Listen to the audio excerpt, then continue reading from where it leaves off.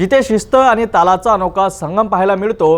राज्य राखीव दल गट क्रमांक 9 म्हणजेच SRPF गट क्रमांक 9 येथे महाराष्ट्र सिक्युरिटी फोर्सचे परेड प्रशिक्षण मोठ्या उत्साहात सुरू झाले आहे।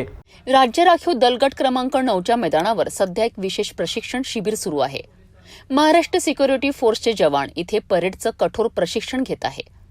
दररोज सकाळी बँड पथकाच्या तालावर ताल ठेवत हे जवान कवायत करतात आहे। प्रत्येक पाऊल, प्रत्येक हालचाल इथे लयबद्ध आणि शिस्तबद्ध असते।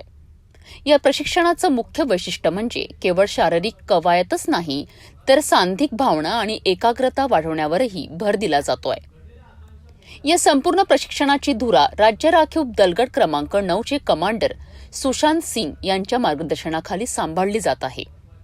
त्यांच्या नेतृत्वाखाली सहाय्यक पोलीस अधीक्षक कराडे आणि नेवारे हे अनुभवी अधिकारी जवानांना परेडचे बारकावे शिकवत आहेत।